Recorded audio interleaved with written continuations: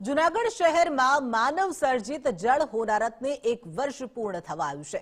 ચોમાસું માથે છે અને તેવામાં જે સ્થિતિ ગત વર્ષે બની હતી તે જ સ્થિતિનું નિર્માણ ફરી એકવાર આ ચોમાસામાં બને તો નવાઈ નહીં। આવું શા માટે કહેવું પડી રહ્યું છે, જાણીએ આ અહેવાલમાં।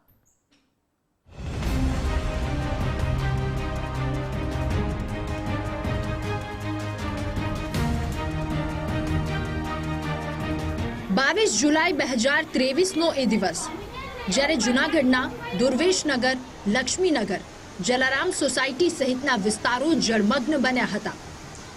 હજારો ઘરોમાં વરસાદી પાણી ઘૂસ્યા હતા। આ હોનારતને 1 વર્ષ પૂર્ણ થવા આવ્યું, પરંતુ અહીંના સ્થાનિકો હજુ સુધી આ હોનારતને ભૂલી નથી શક્યા। બીજી તરફ મહાનગરપાલિકાના અધિકારીઓના પેટનું પાણી જાણે હલ્યું જ નથી।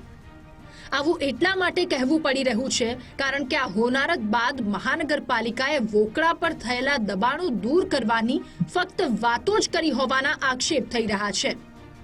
આ સાથે જ હોનારતનો ભોગ બનેલા સ્થાનિકોએ દબાણ દૂર થાય, પ્રોટેક્શન વોલ બને અને પાણી તળાવમાં જાય તેવી ઉગ્ર માંગ કરી છે। પણ ગોકળગાયના કારણે નરસિંહ મહેતા તળાવનું બ્યુટિફિકેશન ચાલે છે। એના કારણે શું થાય છે કે અમને આ બીજું વર્ષ આવે છે, વરસાદની તૈયારી થવા માંડી અને પણ એ લોકો કઈ જાગતા નથી ને અમને અહીંયા નીંદરો નથી આવતી કે આ વર્ષે પણ એટલું જ પાણી આવશે। તો એટલા માટે અમે એટલું જ કહેવા માંગીએ છીએ કે હવે ગોકળગાયની ગતિએ નરસિંહ મહેતાનું બ્યુટિફિકેશન બંધ કરી અને અમારે પાણીની જે નિકાસ છે એ ચાલુ કરી દો। અમને આરસીસી ની દિવાલ કરી દે અને પ્લસ જે વોકળાનું પાણી છે એ એમાં ઊંડું કરે અને આ રીતનું જે વચ્ચે આ પ્લાન કર્યો છે એ વચ્ચે ના હોવો જોઈએ, સાઈડમાં ભલે કરે, અમને એ કોઈ વાંધો નથી, પણ જે વચ્ચે વોકળાની વચ્ચે જે પ્લાન કર્યો છે ને એને હિસાબે જ અમારે પાણી આવ્યું છે। એટલે એટલી દરખાસ્ત છે અમારી કે અમને આરસીસી દિવાલ કરી દે અને વોકળો સાફ કરાવે। સ્થાનિકોનો આક્ષેપ છે કે મહાનગરપાલિકાએ દબાણ માટે માત્ર નોટિસ આપી છે, પણ કડક હાથે કાર્યવાહી નથી કરી। વોકળામાં બનેલા સુએજ ટ્રીટમેન્ટ પ્લાન્ટને કારણે વરસાદી પાણીનો પ્રવાહ અટકી જાય છે, જેના કારણે ચોમાસા દરમિયાન સોસાયટીઓમાં પાણી ભરાતા હોવાનો આક્ષેપ સ્થાનિકોએ કર્યો છે।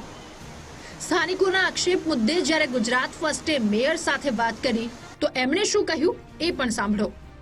વહેલામાં વહેલું જે તળાવનું કામ આપણે વહેલું કરવાનું છે, ચોમાસા પહેલા થાય એવી તમે તાત્કાલિક સૂચના આપી છે ને એ લોકોએ પણ ખાતરી આપી છે કે હવે પછી આવું પ્રોબ્લેમ જે લોકોને ગયા વર્ષે પાણી નથી એ નહીં થાય। પાણી બધું તળાવમાં જ આવશે અને તળાવ ઊંડું પણ કરેલું છે, 6 મીટર ઊંડું તળાવ, પહેલા 4 મીટર હતું, હવે 6 મીટર ઊંડું કર્યું છે। એટલે લગભગ બધું જ પાણી ચોમાસાનું તળાવમાં આવશે અને વહેલાસર 5 કે 6 દિવસમાં બધું જ ખાલી કરવાની મેં સૂચના આપી છે ને એ લોકો પણ એગ્રી થયા છે અને અત્યારે કામગીરી સતત ચાલુ થઈ ગઈ છે। હવે જોવાનું એ છે કે ચોમાસા પહેલા વરસાદી પાણીના નિકાલની વ્યવસ્થા થાય છે કે પછી સ્થાનિકોએ ગત વર્ષની જેમ આ વર્ષે પણ પૂરના પ્રકોપનો સામનો કરવો પડે છે। જય વિરાણી, ગુજરાત ફર્સ્ટ, જૂનાગઢ।